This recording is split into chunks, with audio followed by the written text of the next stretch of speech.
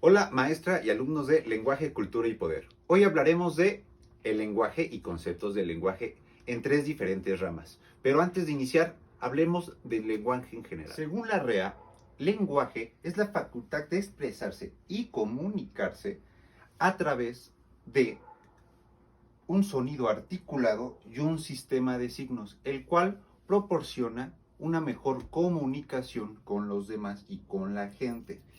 ¿Qué es expresarse? Es dar a entenderse algo, dar a entender algo. Y comunicarse es transmitir lo que pensamos con la mayor precisión posible. Para tener una mejor comunicación es importante adecuarse al pensamiento. Y de hecho, no es la única manera de comunicarse. También existe a través de los sonidos y los gestos. Antes de desarrollar la mente, creó una comunicación a base de, se podría decir, de sonidos, el cual llamó onomatopeya. Y como dato importante, el 90% de los lenguajes son minoristas, ya que como cada región y cada lugar tiene su propio sistema de signos.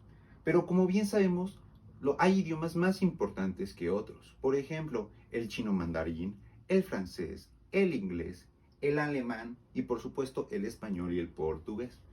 Y se preguntarán el por qué. El por qué es el número de habitantes. Mientras más gente hable ese idioma, mucho más importante lo será.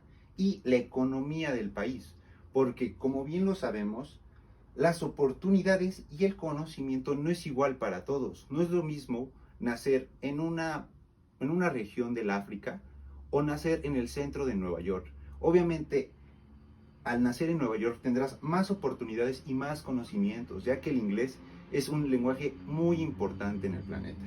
Ya que entendimos un poco mejor lo que es lenguaje, veamos el lenguaje dentro de la filosofía. El lenguaje nos permitirá razonar, tener un mejor proceso de razonamiento. También podemos transmitir el conocimiento y una coordinación, el cual nos llevará a la evolución humana. ¿Qué me doy a entender con esto? Es así como nuestros antepasados nos pudieron transmitir de alguna manera sus conocimientos del fuego, de la recolección de animales y de alimento. Y así es como llegamos a lo que nos dijo Aristóteles, con su tratado llamado Perihermenesias, o sobre la interpretación, el cual dice que a través del lenguaje es como interpretamos el mundo y que un pensamiento coherente se construye por medio de un adecuado uso del lenguaje. Con el lenguaje hacemos más que solo representar al mundo o describir hechos con solo palabras. Lo usamos también para platicar, para comunicarnos, para reír, para llorar. Bernard de Saussure, o mejor conocido como el padre de la lingüística moderna, tuvo su mayor aporte con la definición de tres de las mayores características que tiene el lenguaje, que son la lengua, lenguaje y habla. El lenguaje es la facultad de comunicarse mediante signos. La lengua es el sistema o espacio convencional de signos y reglas. Y el habla es la realización individual o colectiva. Ahora pasamos al lenguaje y al arte, o también conocido como lenguaje artístico, el cual está la danza, la música, las artes escénicas, el teatro y muchas más, las cuales te vamos a explicar en este momento. El lenguaje artístico. René Hue un día dijo: no hay arte sin hombre, pero quizá tampoco hombre sin arte. Sin un lenguaje articulado no hay progreso, sean signos orales o escritos. El lenguaje artístico es un medio de comunicación con el que el artista expresa imágenes de la realidad física y humana y de las vertientes del psiquismo, sentimientos, alegrías, angustias, esperanzas y sueños. El lenguaje artístico es el más universal de todos, por ser común para todas las comunidades, pueblos y naciones. Se apoya en signos visuales, gestuales y sonoros. Han ido evolucionando en la medida del desarrollo de la humanidad, desde la comunidad primitiva hasta nuestros días actuales. Con la música. Utiliza el lenguaje sonoro o musical, un sistema comunicativo de combinación y organización artística de los sonidos que se perciben a través del oído. Se apoyan en los medios expresivos que se han ido formando durante años, como son la melodía, el ritmo, la armonía, la dinámica, la agonía y la textura. y en formas musicales y medios sonoros que conforman en un todo para expresar un contenido. Para bailar la bamba se necesita una poca de gracia y otra cosita, y arriba, ay arriba, por ti seré, por ti seré, por ti seré. Yo no soy marinero, yo no soy marinero, soy capitán, soy capitán, soy capitán. Bamba, bamba. Bamba. Artes escénicas, danza, el teatro y el cine son algunos de los ejemplos. Se apoyan en signos visuales, orales y escritos, analizadores auditivos y visuales, o también llamado lenguaje audiovisual, que se vale de los medios expresivos de la música, artes visuales y literatura. De las ya mencionadas artes escénicas se derivan otras, las cuales son escenografía, interpretación del personaje, iluminación, entre muchas otras más. Idea artística y su forma de expresión. El contenido de cada una de ellas las componen de las ideas artísticas que expresan los ya mencionados sentimientos, las emociones, vivencias y sensaciones de cada artista, lo cual podemos apreciar por el mensaje que nos transmite. En una obra musical, la forma se estructura mediante frases que van formando las partes en las que está dividida la misma. En las artes visuales, los pintores van uniendo diferentes líneas y colores que crean áreas. Los escultores modelan para transformar el material original en una obra artística. El contenido y la forma se encuentran tan estrechamente relacionados que resulta imposible separarlos. Ahora entramos de lleno al lenguaje y la lingüística. El lenguaje es la capacidad que mejor nos singulariza como humanos. Tenemos una gran capacidad de manejar signos. Tendemos a extraer significado de cualquier variación de nuestro entorno.